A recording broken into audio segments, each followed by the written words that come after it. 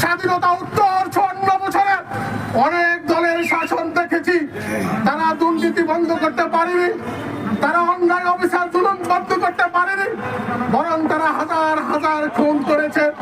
৭১-এর পরে আমরা লক্ষ্য করেছি রক্ষী বাহিনী দিয়ে হাজার হাজার বাংলাদেশের জনগণকে, মুক্তিযোদ্ধাকে হত্যা করা হয়েছিল, ঠিক কিনা ভাইরা? বিএনপির নির্বাচন যদি বাস্তবায়ন করা হয়, সন্ত্রাসী বন্ধ হয়ে যাবে, দুর্নীতিবাজরা দুর্নীতি বন্ধ হয়ে যাবে।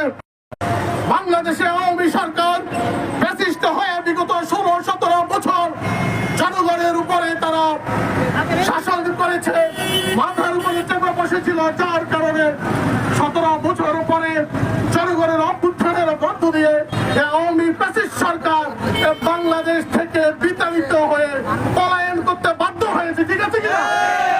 আমরা চাই না সে ধরনের আগের মতো করে কোনো ইলেকশন করার মধ্য দিয়ে কেউ ফ্যাসিস্ট হয়ে উঠবে, আবার হাজার হাজার মায়ের সন্তানেরা তারা জীবন দিয়ে রক্ত দিয়ে আবার আরেকটা কোনো অভ্যুত্থান করবে।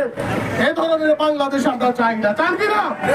এজন্য আমরা চাই রক্তহীন একটি বাংলাদেশ।